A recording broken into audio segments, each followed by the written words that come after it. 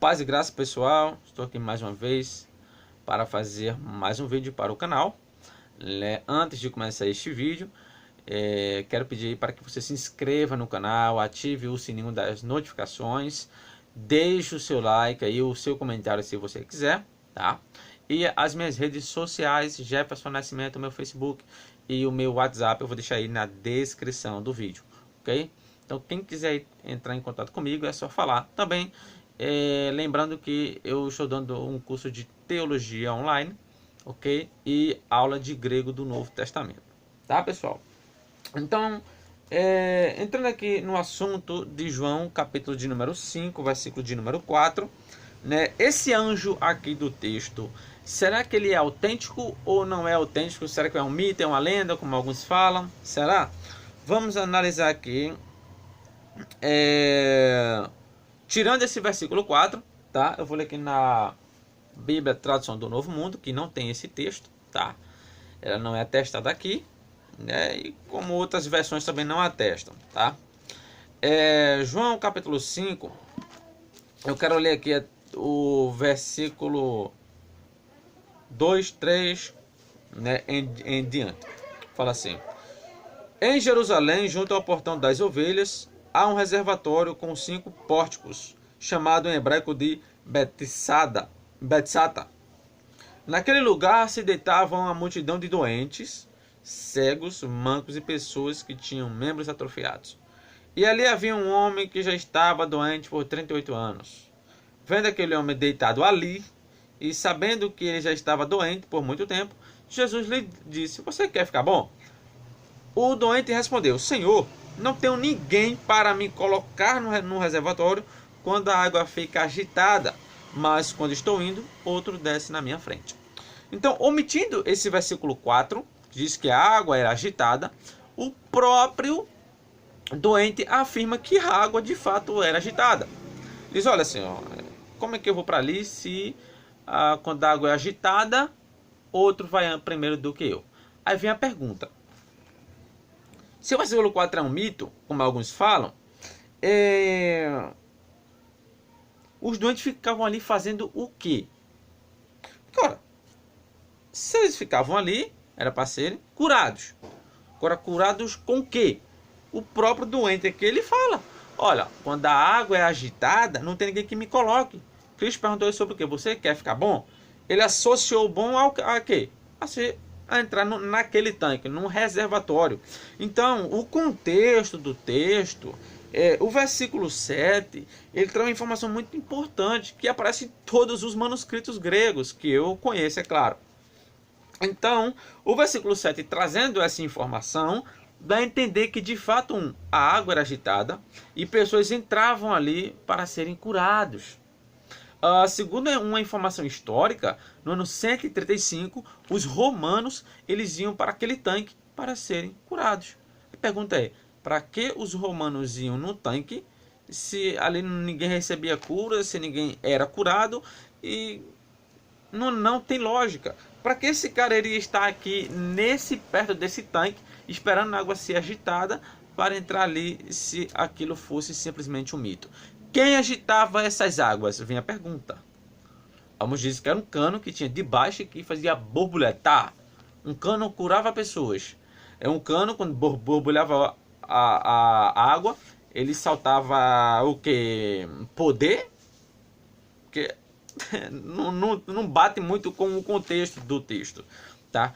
Particularmente eu falando, acredito que esse texto sim ele é autêntico, o versículo 4, tá? Contextualmente, por causa do versículo 7, 6, que está falando de cura, está falando de que descia outro primeiro do que ele, tal. Então, olhando o versículo 4, porque um anjo descia em um certo tempo ao tanque e agitava a água. O primeiro ali que ele descia, depois de uma vez da água, sarava de qualquer enfermidade que tivesse. Então veja, o primeiro que descesse era curado de qualquer enfermidade que tivesse, atestando assim o versículo 7, que diz que um descia primeiro do que ele, e ele não conseguia descer, então ele não poderia ficar bom. Então o próprio contexto do texto, ele deixa claro isso, pelo menos para mim, tá? Agora, sim, aí tem evidência histórica também, né, que os romanos iam ali serem curados no ano 335, né, e eles iriam ali para quê? Para que eles iriam ali se não tivesse nenhuma base para a cura? Ninguém iria. Mas olhando agora para o ponto de vista dos manuscritos, né, dos manuscritos gregos e traduções antigas, será que atestam esse versículo? Bem, vamos entrar aqui na questão dos manuscritos. Quando você pega o Papiro 66, tá, que é um papiro grego do século III, ele não atesta essa passagem, século III. O Papiro 75 também não atesta. O Códice Vaticano, Sinaíticos do século IV, também não atesta. Entre outros manuscritos também recentes, do século X, século IX, não atestam essa passagem. Né? Você tem as traduções antigas, como Copta, a Ítala mesmo, o Vulgata Latina, que também não atestam essa passagem. Tá? Em traduções antigas também. Você tem a Armênia também, né, que não atestam aí, tá? E outros manuscritos como o C, o manuscrito D, o manuscrito T, o manuscrito W, eles não atestam isso aí, datando-se ali do século 8, século 7, 9 ali. Então, eles não atestam, tá? Olhando para pelo um lado dos manuscritos, né? Por exemplo, esse texto aqui mesmo, ele não atesta, tá? Esse Novo Testamento aqui grego, que ele é baseado num texto mais antigo, né, que é igual a esse aqui, tá? Igualzinho. Então eles não atestam essa passagem.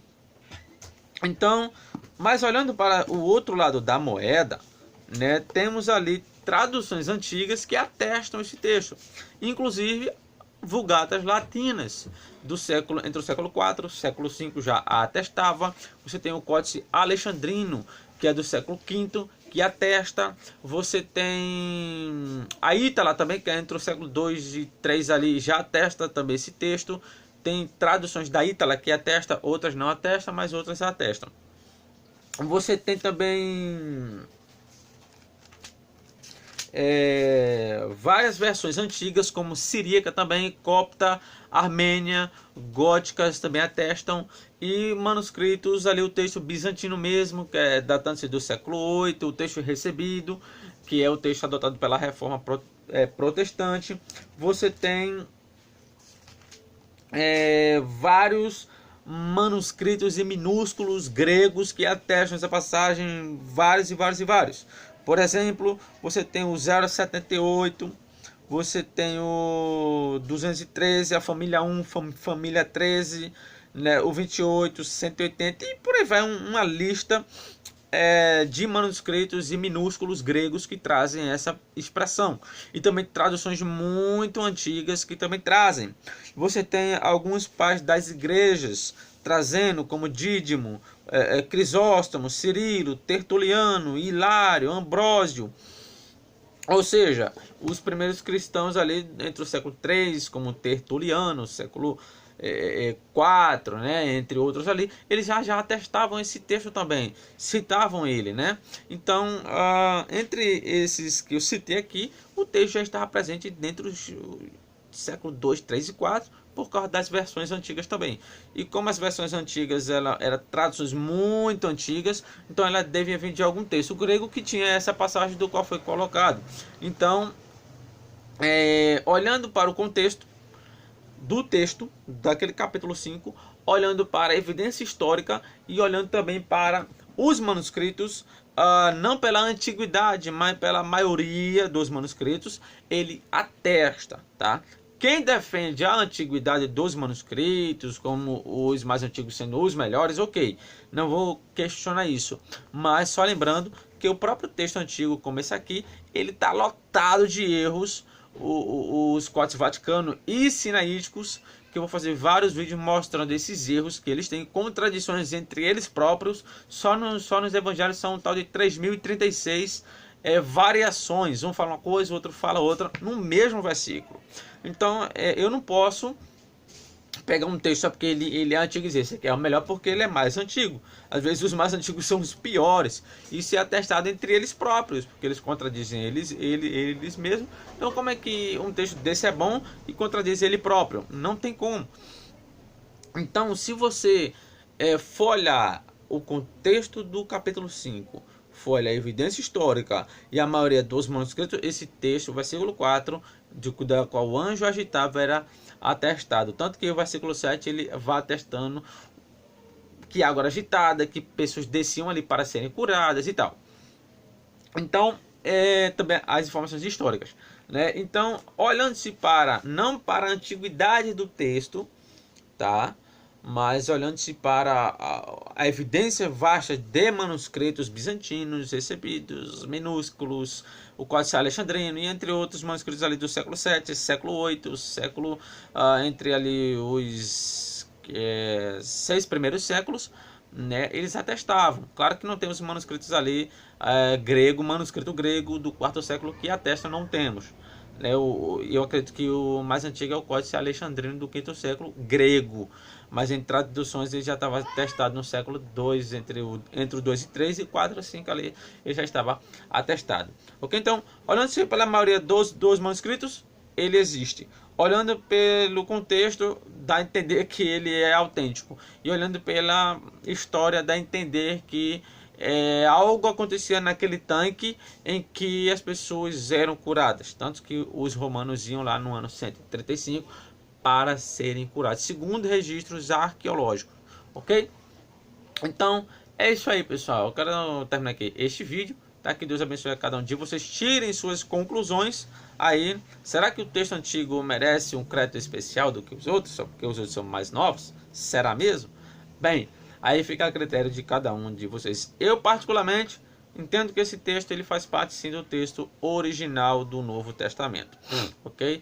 Então, é isso aí. Que Deus abençoe. Não se esqueçam de se inscrever no canal, deixar o seu like e compartilhar este vídeo.